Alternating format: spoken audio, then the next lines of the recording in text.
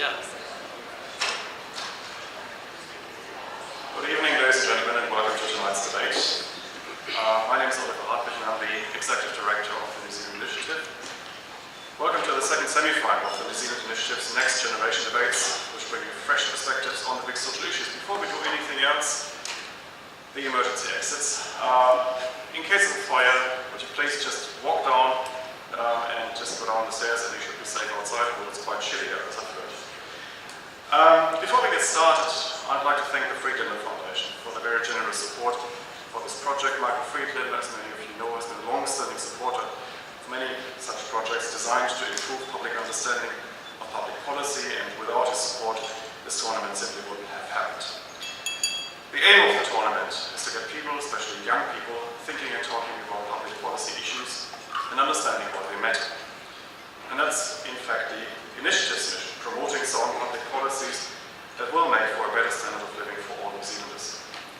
To give you a bit of a background to tonight's event, I'd just like to tell you about how the Next Generation debates work.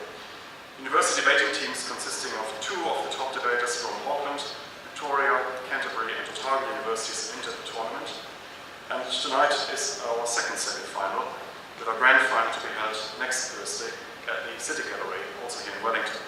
But for tonight, the mood is that alcohol should not be taxed more than soft drinks. I should hasten to explain that the position reflected in the mood is designed to make for a good debate and does not necessarily reflect the views of the New Zealand Initiative. I should also say that the teams were assigned their sides of the debate with a toss of a coin. And before we really begin, some quick introductions. So from Otago University, arguing the affirmative side, we have Anna Katze. Anna graduated from the University of Otago in 2012 with an LLB and a BA in geography. She's currently in the first year of a geography master's and lecturing as part of the maths team at Otago Polytechnic. She began debating in 2007 when she was selected to the Otago Southland Regional Schools team. Since then, she has spent 6 years with the Otago University Debating Society. She has competed in numerous domestic and international tournaments and is an accredited adjudicator. We also have John Brinsley-Peary. John is a fifth-year student studying law and politics at the University of Otago in 2013. He broke at the World's Debating Competition in Berlin, and he has competed in multiple other domestic and international tournaments. He's currently Vice President of Otago University Debating Society. And from Victoria University, arguing the negative side, we have Asher Emanuel. Asher is a fourth-year student at Victoria University studying English literature and law. He's been 3 times winner of the Officers' Cup for impromptu debating and twice winner of the Joint School for prepared debating. He's also been a semi-finalist at the Australasian InterVarsity Debating Tournament. Finally, we have Jodie O'Neill. Jodie is the 4th year at Victoria University studying towards a double degree in law and political science. She's the president of the Victoria University Debating Society and has represented Victoria at numerous domestic and international tournaments over the past years. In the past year, she's won both New Zealand's prepared and impromptu debating championships and was named Best Speaker at the New Zealand Impromptu Champs. And finally, our adjudicators tonight are Polly Higby, who is a solicitor at Duncan Cotterill, Jonathan Orpin, barrister at South Street Chambers, and Josh Cameron, the senior advisor to the Honourable Dr. Jonathan Coleman. Again, tonight's mood is that alcohol should not be taxed more than soft drinks, and starting for the affirmative is Hannah.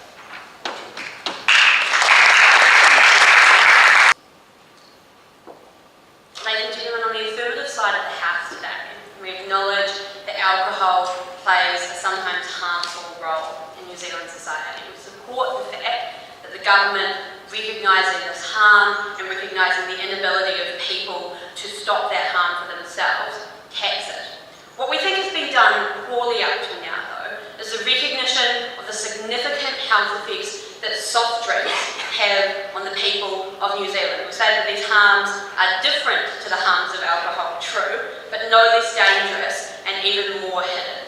So on this side of the house, we would say that alcohol should not be taxed more than soft drinks, and we would raise a tax on soft drinks to properly demonstrate the harmful role that they play in our lives. So, 3 things for me to do in today's debate. First of all, I'm going to tell you why we impose taxes on things. Secondly, I'm going to tell you why those criteria are met in soft drinks, and that'll be done in 2 points. So as I highlighted in my introduction, introduction. We think it's appropriate for the government to place a tax on things when two things occur. First of all, when that thing has a high level of harm, but then secondly and more importantly, when people are unable to, of their own choice or of their own, by themselves, recognise and mitigate that harm. So we see that that happens in alcohol consumption, where people form addictions and continue to drink, or where people have one beer and are then unable to make a good decision about whether they want to have 9 or 10 more beers. We think that that criteria is met. We think it's also met in soft drinks. But why do we think that a tax is helpful? First of all, we say that it allows a base consumption of soft drinks. We don't deny that if you have a soft drink occasionally with your family, with your meal, or by yourself, or whatever, that doesn't have grievous harms on you. But what we say is that when you continually drink soft drinks, when with every meal you have a glass of Coke, we say that does have huge health effects. We say that when you place a tax on this, first of all, you create a social signalling function where the government sends a message to people that actually there are dangers here, you do need to be concerned about this. But secondly, and more importantly, it imposes a physical cost barrier on people's ability to buy soft drinks. So now when you're at the supermarket and you decide you're thirsty, the bottle of Pepsi Max is much more expensive than the bottle of water or bottle of something that's better for you. We say that price incentive is very real and will act to reduce consumption of soft drinks. So given that we're confident that raising the tax on soft drinks to the same level or slightly more than alcohol will deter consumption, why do we think this is appropriate? So why do we think it's both harmful, and then why do we think people are unable to recognise and get rid of that harm without this sort of intervention? Well, first of all, we say that the health effects of soft drinks are talked about in a general way, but we do a very poor job of realising the extent of them. So we say that soft drinks are particularly dangerous because they're very energy dense and nutrition poor, right? Everybody knows that every time you drink a can of Coke, you're also eating 15 teaspoons of sugar. We say, or maybe we don't know it, actually, that could be the problem. So we say that the problem with that is that you drink it really quickly, you feel an energy buzz for a while, it wears off and you're instantly hungry again, or need more energy again, and so you consume more. So there's numerous studies, and it's well recognised that this pattern of behaviour, along with all the sugars and stuff that you consume when you consume energy drinks, have a really serious effect, particularly on obesity and diseases associated with it, like stroke and cardiovascular diseases.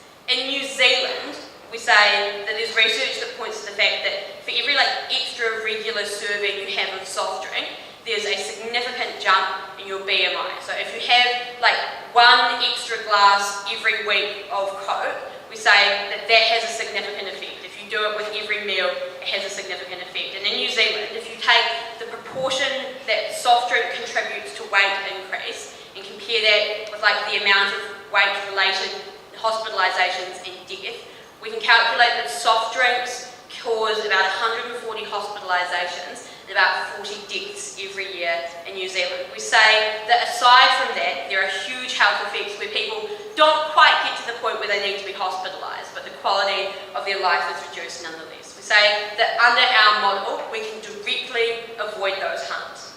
So why is it necessary to increase this tax on soft drinks then? Why can't people avoid those harms without our model? And we have 4 reasons why that's the case today. The first reason is because soft drink marketers are particularly deceptive in the way that they market their soft drinks to you. We see slogans like "quench your thirst," when in actual fact soft drinks, because of their incredibly high sodium content, don't hydrate you but dehydrate you, make you feel good for the short term but actively do the opposite of what they say we do. We say that against huge marketing bodies, it's very difficult for the public to actually make a good decision about what they say. The second reason the public in general can't protect themselves against this harm without these extra incentives is that soft drinks are by and large marketed to young people.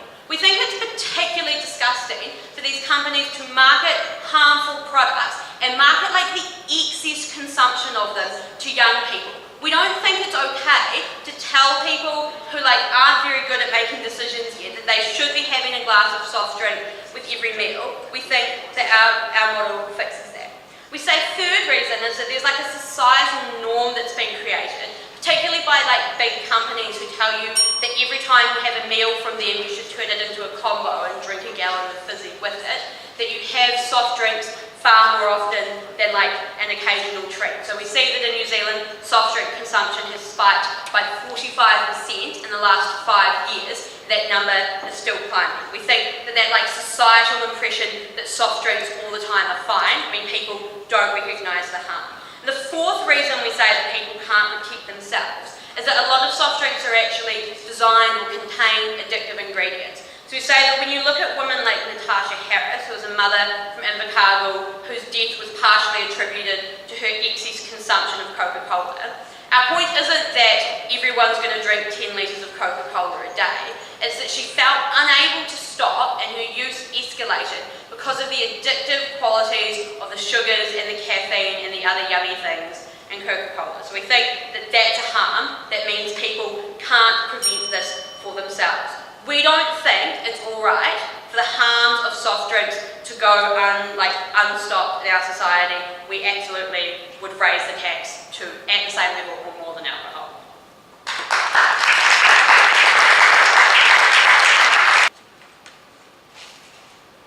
I don't like to use this word lightly, ladies and gentlemen, because I find that it's bandied around all too often. But I think the situation is apt, because this is a classic case of paternalism. And this side of the House has spotted what they think to be just another social problem. And they think it's cause for them to put their hands once more upon levers of state to try and solve it through the policy of taxation. That's an error, because tax is not going to fix this problem. There's going to be 3 substantive points from this side of the House. Most of them are going to clash quite directly with that case, but we'll also have a little bit of rebuttal for some of the more ludicrous points as we go along. The first thing we're going to look at is why alcohol and soft drinks and sugary things generally operate on entirely different planes and are not apt comparisons if you're asking about whether or not you should tax one or the other. The second thing we're going to look at is why this kind of policy is just not going to be effective, because the different ways that we set it up are just not going to change people's behaviour.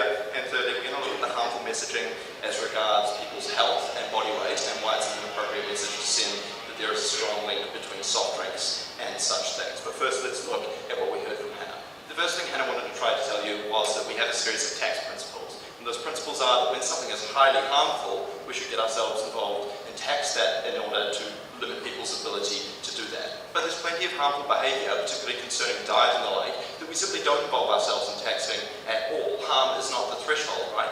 Processed red meats cause colon cancer, and that's harmful behaviour if you like your processed sausages too much. But we don't hear them advocating that kind of broad range of taxation.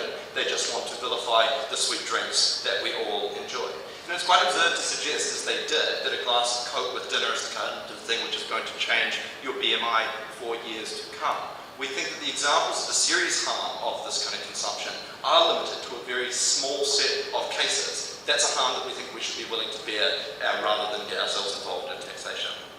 Moreover, they couldn't really decide whether or not education was the problem in the first place. We weren't really clear whether or not everybody knew that each can of Coke contains 15 spoons of sugar, or whether or not nobody knows that at all. In any case, those uncertainties are a case for that side of the House to propose more active education programs about diet and health, rather than to suggest that a small tax is going to change people's behaviour sufficient to mitigate the harm. Let's look at the first substantive point then, and that's why alcohol and soft drinks are wildly different products. The first thing to say is that they have quite different costs which are associated with each one of them. In the case of soft drinks, you just largely have what we would call private costs or healthcare costs, harms which happen to yourself as an individual. Compare that, however, with alcohol, where the healthcare costs of it are relatively minor in the grand scheme of the costs that alcohol imposes on our wider community. The costs of alcohol include the number of road deaths every year from drink driving, the assaults which happen every Friday and Saturday night in town, the rampant property damage when people decide that they're drunk and they should smash over somebody's letterbox, the domestic violence which is encouraged by the overconsumption of alcohol, and all of the attendant policing costs that go along with trying to control those social problems. The same thing doesn't happen when you drink too much Fanta, Mr. Speaker, and that's why these are products which are not actually comparable. Moreover, we think that there are cultural practices which are associated with the way in which we consume alcohol, which make it principally okay to impose the burden of the cost of alcohol on everybody who consumes alcohol. What do I mean here? I mean that when you go to a BYO restaurant, you don't see people bringing 2 bottles of Coca-Cola and calling each other soft when when they fail to drink all of the Coke that they brought along with them. Alright? But by contrast, the same thing will happen to me Thursday, Friday, and Saturday night when I go out with my friends. There is a culture of complicity in which we all involve ourselves in encouraging the overconsumption and the harmful effects of alcohol, which does not occur in the plane of soft drinks. What that means is that everybody who consumes alcohol has caused harm, but not everybody who consumes soft drinks has caused that same level of harm at all. We think that the people who participate in unhealthy practices as regards soft drinks are very much in the minority. But the final thing to say about why these products are different is that the level of causality is quite different between the overconsumption of soft drinks and the harm which they ascribe to that, and the overconsumption of alcohol and the harm which we think is patently obvious in attendance with that. Because part of the problems of diabetes and strokes and heart disease are a generally unhealthy lifestyle, and the general overconsumption of a series of foods which cause those kind of health costs. One of those foods happens to be soft drinks, but they weren't willing to get up and say we're going to tax salty chips because the sodium hurts your heart, right? The problem is there's not a close enough causal nexus between just soft drinks and the harms that they're trying to alleviate as there is with alcohol and the harms that that causes. We think that makes for bad tax policy. We would step back a little bit. But then let's look at why this policy is just practically not effective. They didn't really want to tell us what their rate of taxation would be, and we think that's an ambiguity we'd like cleared up a little bit more. But I'm going to cover what the two possible outcomes are, depending on whether or not they want a high tax or a low tax. If you have a really high tax on these soft drinks to try and achieve the effect that they propose of reducing people's levels of consumption, the problem is that you simply encourage substitution to other products which have the same harms. If they want to talk about the addictive qualities of sugar, which are currently well recognized, it's quite likely that people will simply move away from carbonated beverages to the sugar-loaded fruit juices like Just Juice, which pretend that they are a healthy product. That people will slip over to eating lollies or other high sodium and sugar products instead of that kind of thing when you have a high price barrier. By contrast, if you have a very low price barrier and simply try to externality price the good, then we're not going to see the wide-ranging effects that they want to achieve on that side of the house. And if we're not going to achieve those wide-ranging effects, then the harms are starting to stack up over here, because we've already demonstrated that this is not an appropriate situation for taxation intervention. But in this final point, I want to demonstrate why the messaging qualities of a policy like this are on net harmful. Let's look at how this tax is going to be read by the general population. The message is that the overconsumption of soft drink is costing the population and costing individuals. The thing is that that overconsumption is read by proxy through body weight. The message is this, that the government is taking a stand against fat people who are costing you and the public purse money. On this side of the house, we don't agree with a social message like that because we think that it's simply misconceived. The first thing is that people have many misconceptions about the connections between diet and body weight. Some people are just born in such a way that their biology means that their body shape does not fit our idealizations of what a person should look like. Moreover, somebody's weight does not necessarily correlate with the health outcomes which they sustain. So when you have a policy that says that fat people are the cost, that fat people are the problem, it encourages misinformed social policing of the way in which people like to live their lives and the shape that people happen to occupy as just another person. So the harms all lie to the side of the house. They haven't proved how they're going to change people's behaviour, and we would take a step back and take our hands off the lever of the state. We propose.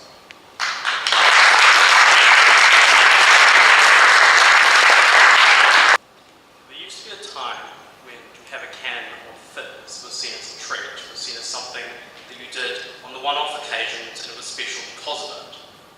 What we say on the side of Affirmative is when it's now seen as a norm, when it's seen as the thing you do drink with lunch and dinner and breakfast, that the problem with a can of Coke in those situations is its basis. It's a sugar-filled drink that does nothing except ruin your body, make you more unhealthy, and harm your life. But more importantly, it does so in a way that you don't see immediately, that you don't think about as you drink that can of Coke, that you don't ever think about until it is too late. That is the reason we're happy to equate alcohol and soft drinks together, because we think the way the harms manifest themselves are in fact the same. So a couple of points. One, why do we tax things when we think this is the same kind of harm we're talking about with alcohol? Secondly, how we think the particular harms of soft drinks mean that we can equate it, or even more so with alcohol. Finally, how our model of taxation actually does lead to a better life for people. So the first thing to look at is why we actually do tax things. Ashton wanted to stand up here and say, oh, you just want to tax things because of the harmful behaviour it goes for. And that's a bit odd, because you're not standing up and taxing everything that's harmful. Ashton unfortunately a major plank of our reason, right? We told you that the reason is that there is a particularly insidious way that soft drinks and alcohol enter into your mind, right? You don't think about what's going on. With alcohol, we can see, one, there's a proven track record that people generally don't think when they drink alcohol, because basically when you drink more alcohol, your decision-making skills get worse and worse and worse, and that's horrible/good, depending on how you feel about it at the time. But with soft drinks, we actually think the way it operates is even worse. Because soft drinks don't just market to the apparently rational individuals who are 18-year-olds, they market even more specifically to the young people of this world, to the children who don't necessarily have that decision-making capacity. But even more so, Hannah listed to you the harms that we see with soft drinks. One, we told you that the harms are largely indirect. So it's not just that you don't have good enough education programs, it's that no matter if you do know how much sugar is in Coke, no matter if you do know that it rots your teeth, that it is going to start causing you heart disease, that it is going to make you overweight, one can of Coke won't do that to you, surely. That's the logic people go through when they get their Coke from the vending machine in the morning and in the afternoon and in the evening, and we think that it is the cumulative effect that they can never get their head around. It is the fact that people have a short-term bias when they drink things that makes them happy in that short term. It means they get an instant happiness rush. They don't think that just one can of Coke will rot their teeth, meaning they have thousands of dollars on dentist bills. That's why it's similar to alcohol, Asher, because it's the same way that you don't think about what one extra beer is going to deal to you. It's the same way that you don't understand what's going to happen if you drink that six-pack, is that you're wanting to go and have more of a six-pack. That's why the particularly addictive qualities that you put into soft drinks come into play and are harmful, and you probably should have addressed them. The fact that caffeine does have addictive qualities. The fact that when mixed with sugar, you do get that endorphin rush that means you want to have another one. That means that you connect the happy feelings you had with Coke with wanting to be happy again. That's why it's similar to alcohol. Secondly, we told you it's particularly harmful the way it markets to children. Because we think that when we have Coca-Cola as one of the biggest companies in the world, one that's pushing you to drink more and more of its products that are laced with sugar, that are terrible for your heart, for your teeth, and for your weight, and for your general well-being, we think it's particularly harmful that they're marketing that product to children. They're marketing it to people who can, for instance, spend the $1.50 it takes to get the 1.5 litre of Pepsi from the supermarket, and it needs to be priced out of that market because they're not the kind of people that can make that decision. Moreover, we told you that marketing specifically targeted towards that children. What did Asher want to say? He wanted to say, but you see, soft drinks don't have the same drinking culture associated with alcohol, because no one's going to say, hey, you're hard if you chug another one. No, we think 12-year-olds do that. They're idiots. And we think that when you can't drink alcohol, you do drink that kind of fizzy drink, right? You emulate the parents and the peers you go around, and you want to be that kind of hard person. We think that drinking that 1.5 litres of Pepsi is a sign of being that cool, hard guy who can take that much caffeine, who can do more than his peers. We think that kind of competition does exist, and we think that children generally are stupid and should be priced out of being stupid. Thirdly, though, we told you that the marketing of these soft drinks actually hides the harms behind it, right? The fact that Coca-Cola markets itself as a thirst-quenching drink means that people think they get a benefit from it. Unfortunately, what Coca-Cola doesn't tell you is it laces its products with sodium, which dehydrates you, meaning that you want more of that product, that you never have your thirst quenched, and therefore you feel that you need to go back to the thirst-quenching products that you were buying before so you can get that goal. It lies to you and tells you that you can attain an image that you never can attain by the merits of its product. That's a harm to it, that we're quite happy to price people out of their disillusions for it. So, what does our tax actually do? It actually seems to have a problem that we didn't tell you how much it was. It's about the same as alcohol. We think that when you can't get prices, with the price of alcohol, we're going to lift it to that. Very sorry, my Wikipedia search didn't lead to the alcohol taxation rates in New Zealand. I'm sure we can work it out afterwards. But, what does that mean? It means that, one, we increase the amount, so how does it work? We increase the amount of tax on the terrible kind of drinks that we see. That means that we think that people will act. We think that when you walk into a supermarket and it no longer costs you $1.50 to get your 1.5 litre of Pepsi or $2 to get your 1.5 litre of Coke. You can see I'm very versed in the prices of these drinks. I'm a terrible, irrational person. We think that when there are a higher cost on those things, you're less likely to buy them. It means that when water is costing you a similar price, you're more likely to go to that. Water is costing you less of a price, you're more likely to go to that as well. We think that moreover though, it's more likely to decrease the amount of it that you drink. So even if, as Ashley was just saying, you go for the, you drink less of it, right? But you're still drinking the same half of the stuff or you're going to fruit drinks. We think if you're drinking less of Coca-Cola and less of Pepsi and less of Fanta, it is a good thing for you.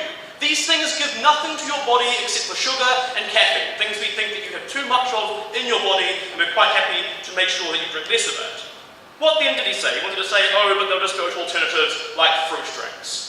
We think that even though fruit drinks are laced with sugar, and even though fruit drinks do have a facade of being somewhat nutritional, there at least is some nutritional value to drinking some orange juice. It has vitamins in it that you just simply cannot get from Coca-Cola, which in our opinion is the devil drink, is something that has zero benefit to you whatsoever. It doesn't even make your evenings very fun, very proud to propose.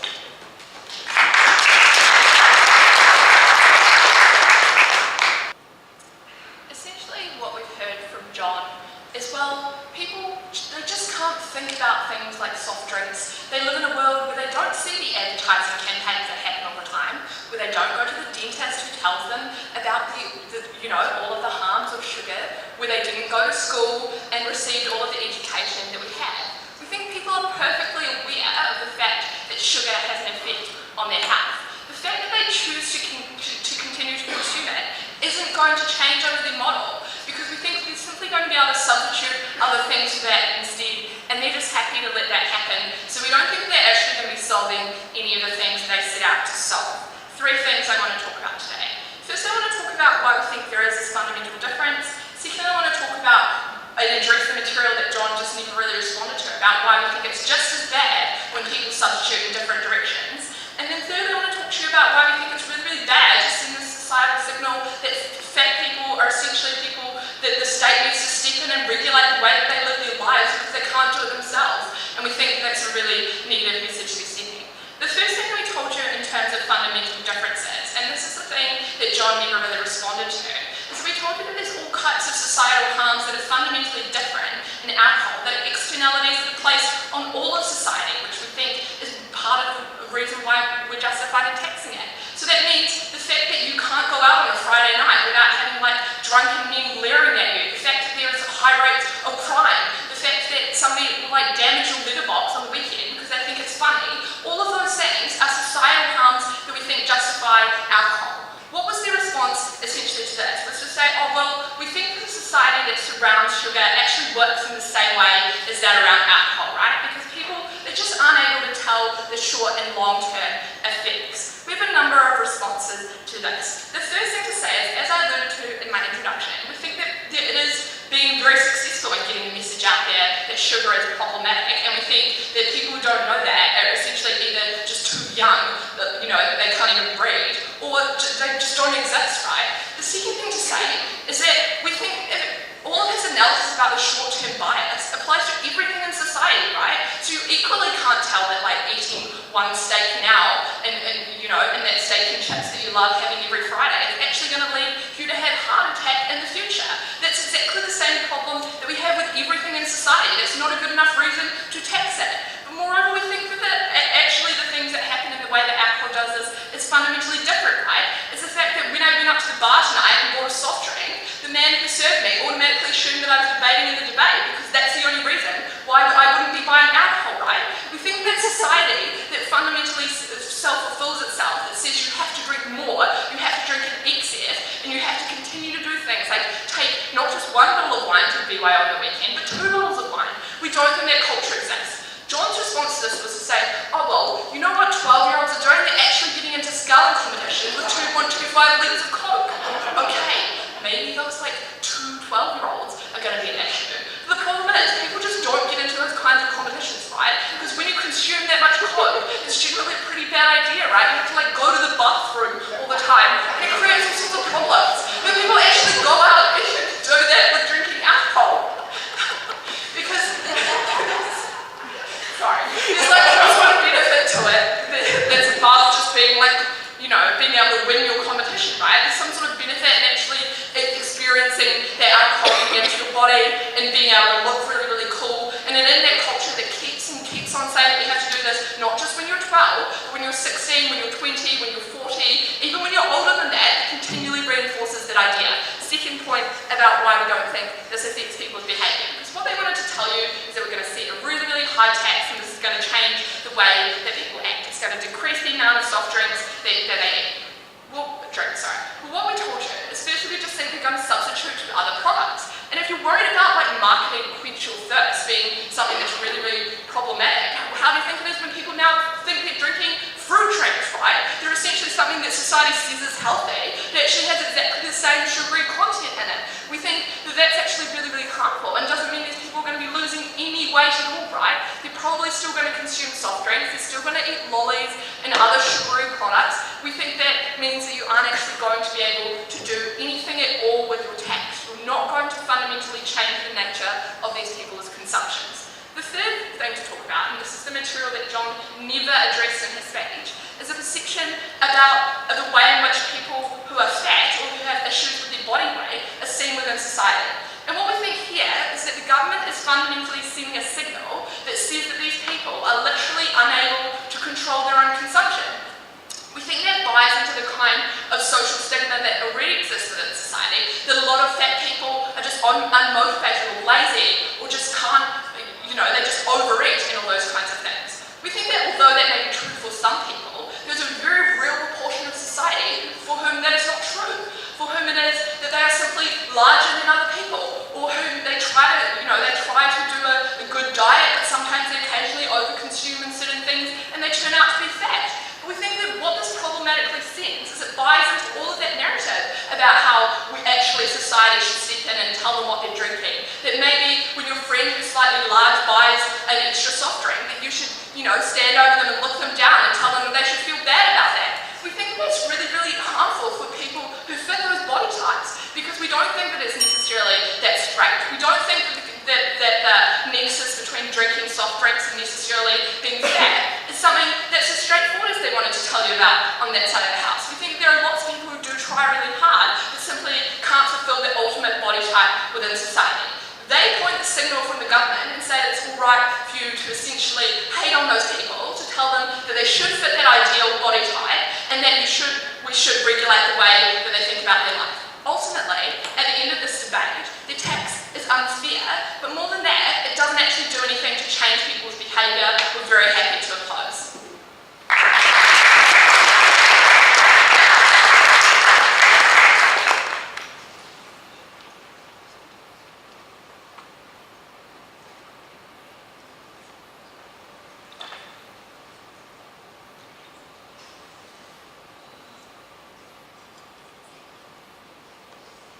This afternoon in my researches, I read a headline that said, Auckland businessman calls for fizzy drink ban. And I thought, that's strange.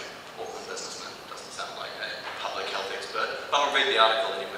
Turns out the chap in question is also CEO of an organisation or company called Just Water. And unfortunately, once again, Just Water is not actually Just Water. And he markets a whole range of incredibly sweet fruit juice-based drinks. Now, obviously, that man does not think that the taxation policy is going to stop people consuming sugary drinks.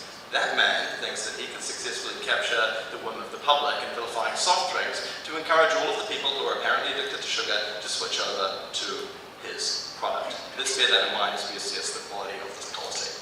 Firstly, I want to talk about the justifications for taxation, because we just haven't been on press on this side of the house. The two causes were, it's really harmful and we don't think that you can choose. We gave you a whole number of reasons to say that just this kind of harm is absolutely not commensurate with situations in which we intervene and decide to tax a product to obviate the harms which are associated with it.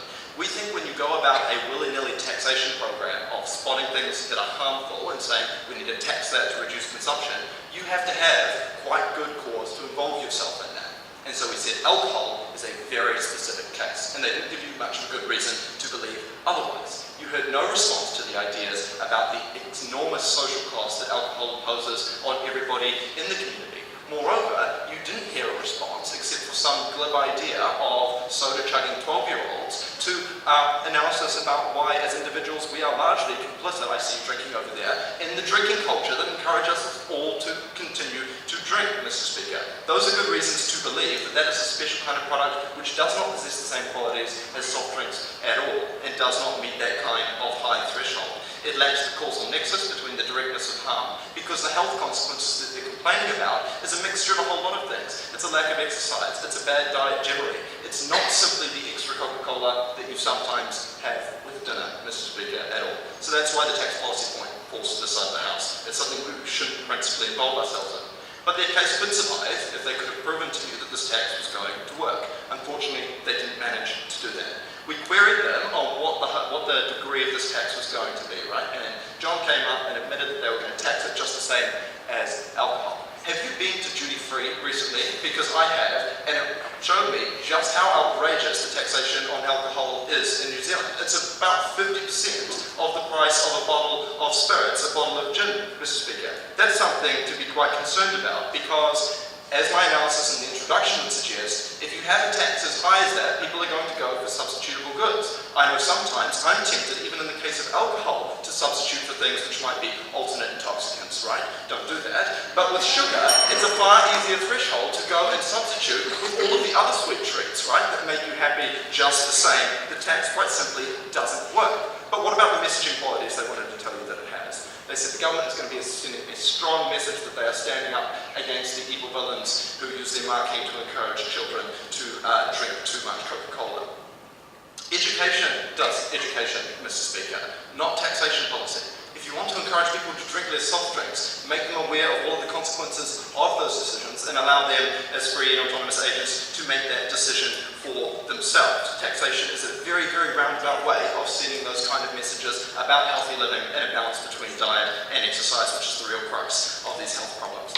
The final thing I want to say is as regards messaging once more, because we gave you an extension in this debate about how it was an important message that the government was sending, about the connection between body weight as the proxy by which people view the effects of soft drink and harm to the community as a whole. We said that was a negative thing to communicate about people's behaviour and the way that people live and the way that people are shaped, and that was something which we would find very regrettable about the messaging of this policy altogether. I want to close with just one last idea. We need to think very carefully about this case, because something that John said was quite illustrative. He said, Coca-Cola makes you happy, and you just really shouldn't do that. No, thank you, John.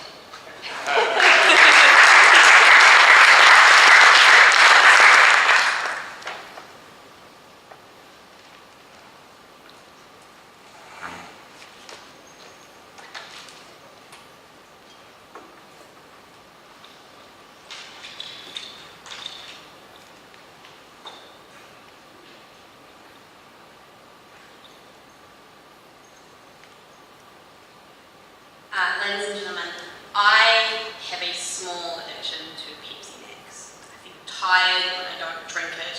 I really crave it all the time. And today at the supermarket, no, not at the supermarket, at the airport, they tried to charge me $4.99 for a 600ml bottle of Pepsi Max. I was so outraged that I went and found a drinking fountain. I didn't get that immediate hit of caffeine, and I didn't feel like super cool for having my bottle of soda, but I did make the choice that ultimately benefited my house, that if that price incentive hadn't been in place, I wouldn't have made. That's why we win this debate today, ladies and gentlemen. So I have two questions. The first of all is it a problem for our case that soft drinks are not exactly the same as alcohol, or is it possible to tax things other than alcohol?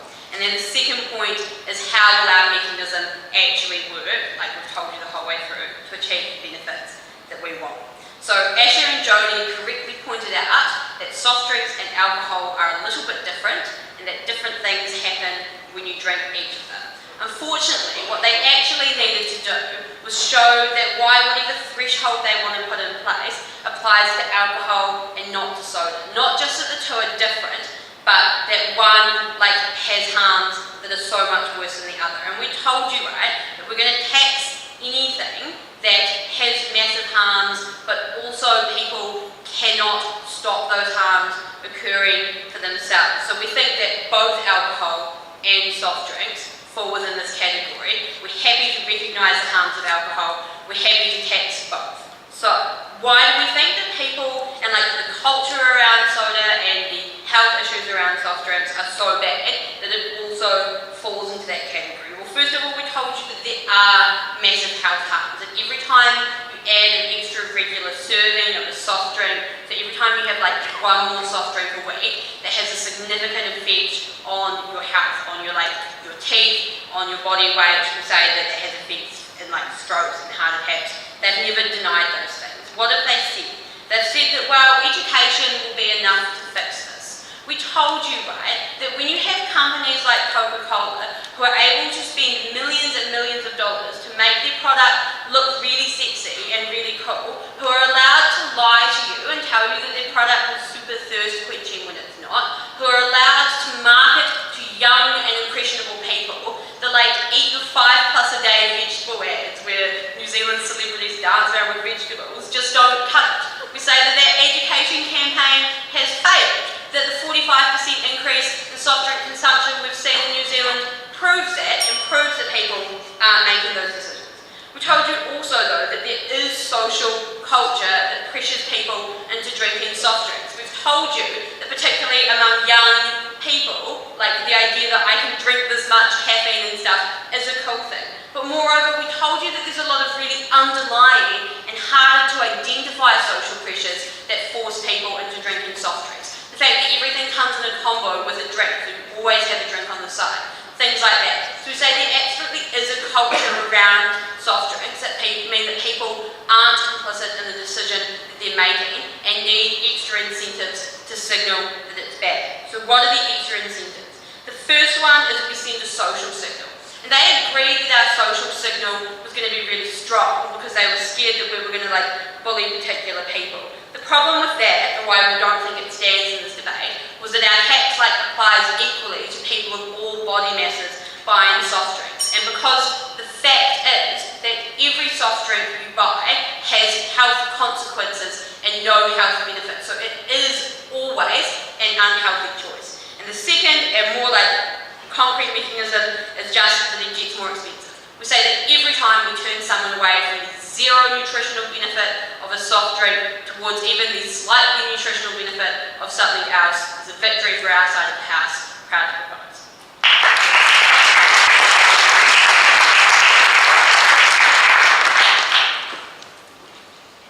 Thank you very much to both our teams from Otago and from Vic for a spirited debate. I now ask our panelists, David Farrer and Rose Patterson, to join me on the panel, and you may take your seats in the audience while the adjudicators withdraw to come up with a word.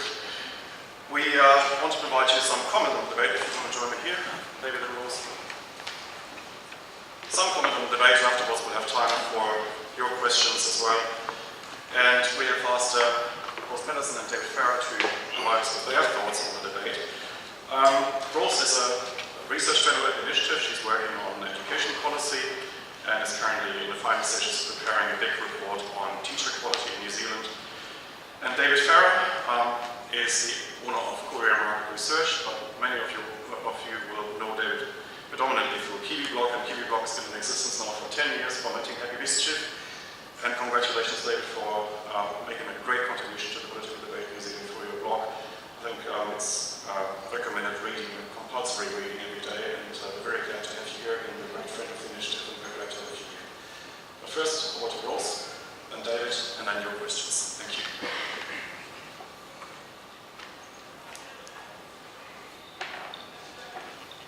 Well, you guys must have had a lot of Coca-Cola before you came here because you spoke pretty fast. Okay, so I think that alcohol should not be taxed more than soft drinks, but my take on this debate is that rather than reducing tax on alcohol, we should increase the tax on soft drinks. In other words, alcohol should be taxed more than soft drinks because both should be taxed. However, if we tax fizzy drinks, we should also tax other sugar-filled products void of nutritional value. Today, I'm here to tell you my story of addiction to one of these sugary products.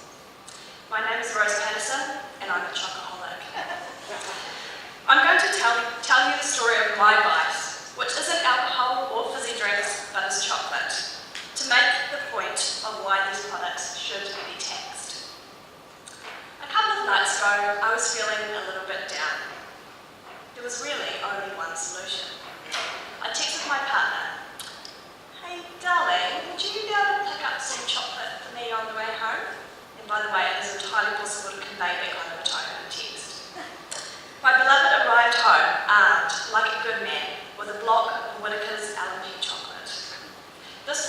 is amazing. It tastes exactly like LMP. It has these little bits that kind of fizzle in your mouth, and it's divine as you really try it. While chocolate has little nutritional value, the value is in how it makes you feel. And there is solid, real scientific evidence behind this. Chocolate releases chemicals like endorphins, which reduce pain and relieve stress. Serotonin, a natural antidepressant. A chemical scientists dubbed chocolate amphetamine, which increases mood, decreases depression, and causes similar feelings to when you're in love. And theobromine, which causes mental and physical relaxation, yet at the same time increases your mental alertness. And the combination of the brand of LMP and Whittaker's together in unison dragged my brain up even more. There's little wonder why we love chocolate. Other people get value from fizzy drinks or their favourite brand of alcohol. We humans crave and seek out products that alter our minds and make us feel happy. Yet there is a dark side. The first piece of that LMP chocolate was divine, but progressively my indulgence became mindless. Each piece had less and less effect. No longer was it reducing my pain, my stress and my depressed feeling, or making me feel all loved up. I was no longer physically and mentally relaxed. In fact, at a tipping point, I started to feel quite ill. I needed more and more chocolate to get the same hit. This tipping point, I'm ashamed to say, was about halfway through the king-size block. My partner picked up what was left, quite flabbergasted, and said, "Rose, I'm taking this away from you." Some people rely on self-control to deal with the temptation of overindulging in the things that they love and value. Others, who like me, who lack that self-control, put controls into place in their environments. Although it sounds like my partner was controlling my behaviour in that situation, actually there's a backstory. A long time ago, I said to him, "If you ever see me ramming chocolate down my throat and complaining of a sore stomach both at the same time, just stop me, take the chocolate away." So I put that controller into place a long time ago. My point is that many people freely rely on self-control, or they put their own controls into place to deal with the things that are tempting for them. So what's the solution? In my mind, taxing soft drinks, alcohol and other products with, say, a certain sugar to nutritional value ratio could be effective in helping people make better choices for their health and incentivise companies to offer healthier alternatives.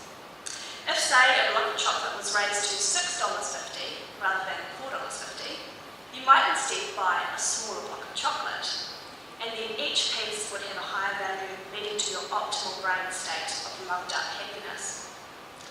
That Whittaker's LMP chocolate that night was actually a whopping $6.50 because we bought it from the dairy late at night. While $6.50 would normally deter me in my weekly supermarket shop when I'm at the best list-driven rational mindset, it won't deter me on those occasions when I really need that hit. Of course, there are questions of whether taxing unhealthy products is overly paternalistic and whether it is the role of the state to incentivise or disincentivise choices. An alternative system that supermarkets could operate is to give people their own choice over how much they pay over and above the market price for a block of chocolate, a 1.5 litre of LMP, or a bottle of wine. Imagine, for example, a supermarket offering people the choice to pay an extra premium on their product of weakness, applied when you swipe your loyalty card, and accruing points for a bigger purchase at a later date, or donating to a diabetes charity. Everyone has controls in place to deal with weakness. The question is who puts those controls in place. Thank you.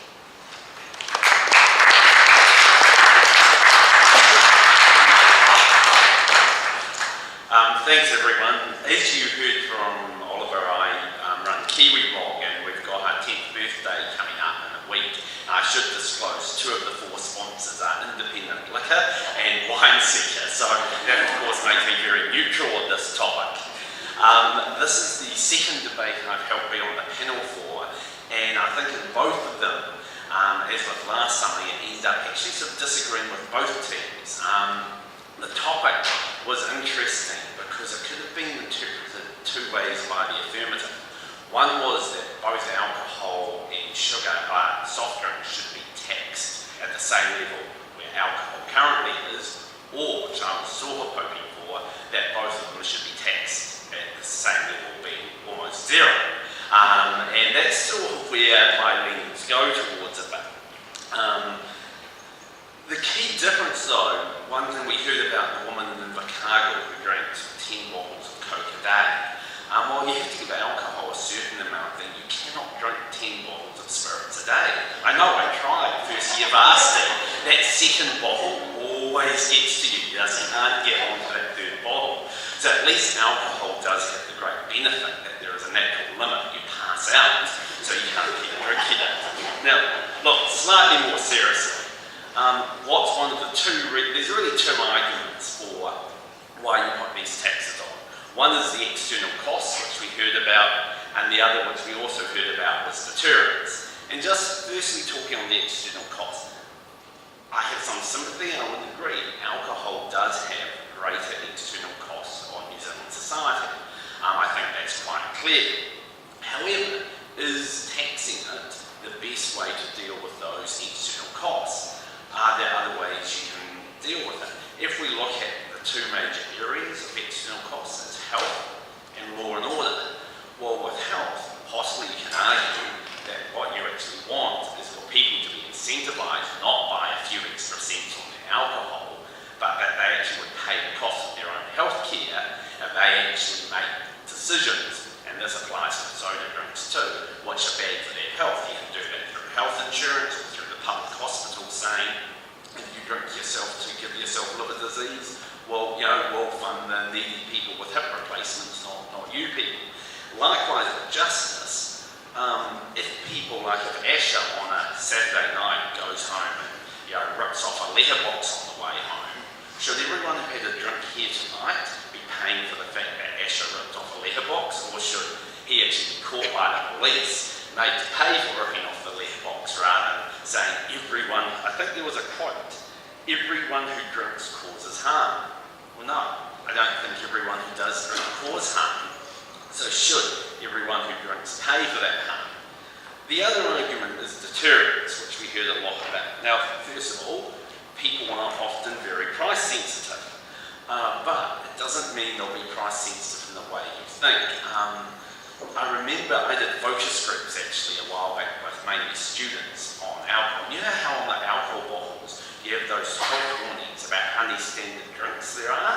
The idea being that you all think, oh, this is 2 standard drinks, that's bad, I won't get 1.5 standard drinks. In fact, what the students in the focus groups told us, you use them as a bands for the butt guide. Oh, $20 divided by 8 standard drinks, I'll get the RTDs because that's cheaper than the beers. So actually, people will use price, but to substitute, and I'll come to that a bit more. We also heard, the price is going to deter people. Well, actually, as we heard, have you brought a bottle of Coke in the garage lately? It costs more than alcohol. 300 mils of Coke, $5, $6. People will, if they want a drink, pay a ridiculous price, even though you could go to the supermarket, get it for 1/10 the price. So the ability of price to deter people is often quite limited. And what the academic research also tells us is that the people who are addicted, heavy drinkers, are far less price sensitive than moderate or good drinkers. So if you put price up, whether it's soft drinks or alcohol, you won't really get to the people causing problems, the social harms. You'll probably just get everyone else. Final couple of points. We didn't hear anything. We talked about soda drinks, but we heard about Pepsi Max. Why should Pepsi Max, why should Diet Coke be taxed? That has a zero health harm in terms of obesity or anything. The debate wasn't on sugar, it was specifically on soda drinks, and I don't think the case is quite made there. Last 2 very quick points is substitution. That is where it falls down. On the obesity side, Denmark brought in a fat tax, like on soda drinks, total failure. It just did not work at all. They got rid of it a year later. We also saw in Australia, they brought in a tax on RTDs because you young guys drink RTDs and they're bad. What happened? RTD sales increased and people made their own RTDs. So substitution tends to work against. I will just point, look, taxes are about raising revenue for the government. They're not about helping protect people from their own things. They have a minimal impact generally. If the alcohol tax had such a great impact on people not drinking, well, why did we just hear from the Law Commission about how terrible New Zealand's alcohol problem is? So my views is they should be taxed the same, but preferably as low as possible. Thank you.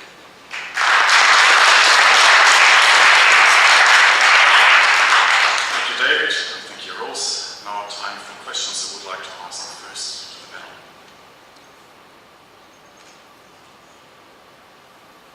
If not, then I ask first. If there are so many positive side effects of drinking soft drinks or consuming chocolate, don't you think we should rather subsidise them? well, the government would agree. They seem to like subsidising things at the moment.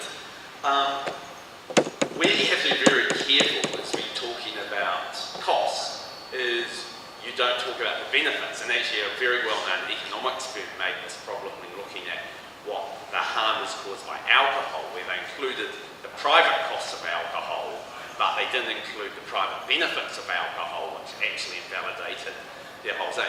I tend towards the view that, rather than governments deciding what gives people pleasure and what causes people harm, and except the rare cases like, I think, tobacco, where not only is the harm so well documented, but also almost every smoker I know wants to stop smoking. They've tried 4, 5 or 6 times.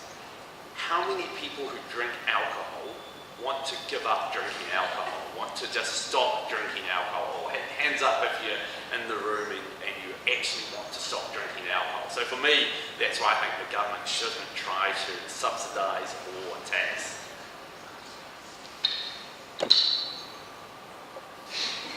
Yes. David, you recently become famous for your own weight loss. Can you tell us whether going alcohol or soft drink have any benefits from that? Yes, it was, absolutely. Except I'd been drinking Diet Coke and still have been. I haven't drank fizzy drinks, Coke, over 10, 15 years. It was actually a big part cutting down on alcohol. Nothing to do with the price of it, not price sensitive at all. Best thing you could do if you actually worry about obesity is put calorie labels on alcohol. That would do more, I think, than any amount of taxation on it.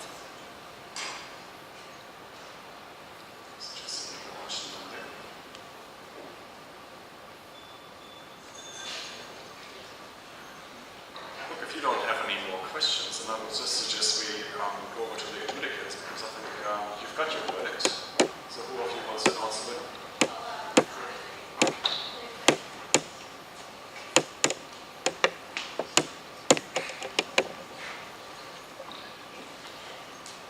I'm pleased to be able to give a unanimous verdict from the adjudicators. First of all, I'd like to thank the New Zealand Initiative for organising this debate and for organising the tournament. It is a great initiative, and this debate has shown, I guess, what you can get out of really getting into the nitty-gritty of how we think about harms in our society and how we think about ways to potentially stop those harms. I'd also like to thank both teams for what the adjudicators thought was a really good quality debate, and it was a high quality one by any standard at university debate tournaments. The adjudicators saw this debate mainly in terms of 3 distinct areas. First of all, was there a justified reason for imposing a tax on soft drinks that was at the same level as the tax that we had on alcohol? The second, area was the efficacy. Was this policy actually going to achieve what the Affirmative team wanted? And the third area was the spin-off effects that both teams tried to persuade us their particular policy or stance would have.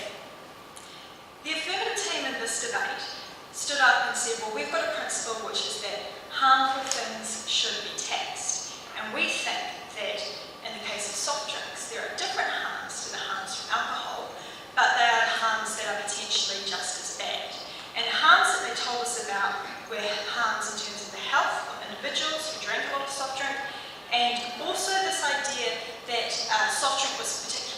diminishes because it was kind of killing you one can of Coke at a time and you didn't know it, and also that soft drink might be something which was particularly targeted to people who weren't fully rational, so children. On the negative, we had a couple of responses to this. The first one was the kind of classic, well, what about steak? Do you tax that too? And the Affirmative team, instead of coming back and saying potentially, which could have been a response, well, maybe if steak's really bad, we do tax that too, let's have that debate another day, came back and tried to defend their position that soft drink was particularly harmful. The negative team then came and said, well, we think you've got problems in terms of steak, or in terms of chips, all those sorts of things, but the reason why we think that alcohol is particularly harmful is because of third-party harms in particular, and they talked a lot about violence, they talked about property damage.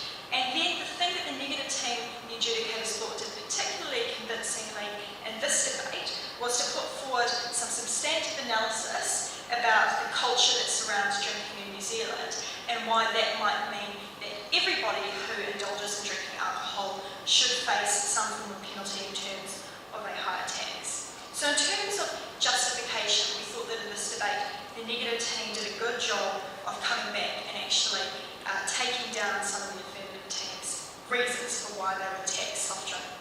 The next key issue in this debate was efficacy, and we had a question at the start of the debate about, well, what's the level of tax that you're going to impose? And as adjudicators, we agree with the affirmative team. We didn't want you to come up here and bore us all silly with, it's going to be 18.5%, with 2% increases each year, linked to CPI or some sort of thing like that. And they came back and said quite clearly, well, we're going to do it the same as alcohol. And again, in this case, we thought the negative were convincing in telling us that although people might not buy soft drinks as much, they were going to turn to other substitutes which were just as harmful. And we were convinced by that analysis from the negative team. The final area in this debate was the spin-off effects, which both teams tried to persuade us of. And the adjudicators found that in both cases, neither of the kind of social messaging points were particularly crucial in the debate, but overall we thought that the negative team spent more time and advanced further this idea of stigmatisation of overweight people. So for those reasons, we've given this debate to Victoria.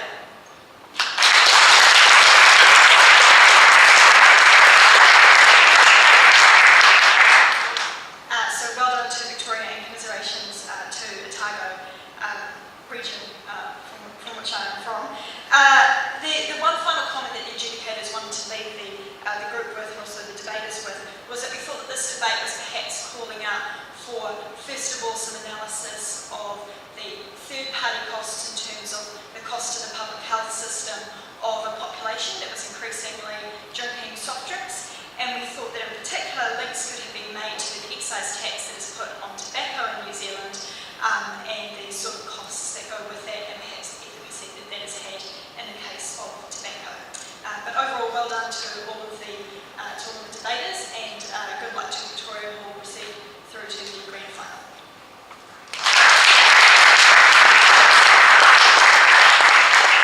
Thank you very much, Holly. That almost concludes the formal part of the evening. I would first of all like to congratulate, of course, the winners from Victoria. We look forward to seeing you next week. And thank you also to Otago for really putting in a very good show tonight, as actually throughout the whole tournament. I have to thank in particular our panelists, Rose Patterson and David Farrer, for their contributions. Thank you very much. Thanks to the adjudicators. And of course to Michael Friedlander once again for making this whole tournament possible. I should also like to invite you to our grand final next week. And next week, as mentioned before, the grand final is happening on Thursday, also in Wellington, at the City Gallery. And we've got a wonderful route to the debate. And that is, but if you're young and ambitious, you should get out of New Zealand. So please join us for that. But for tonight, thank you once again to the panelists, to the debaters, to the adjudicators, and to Michael Friedlander. And now we can continue the debate over soft drinks or alcohol. It's your choice. Thank you.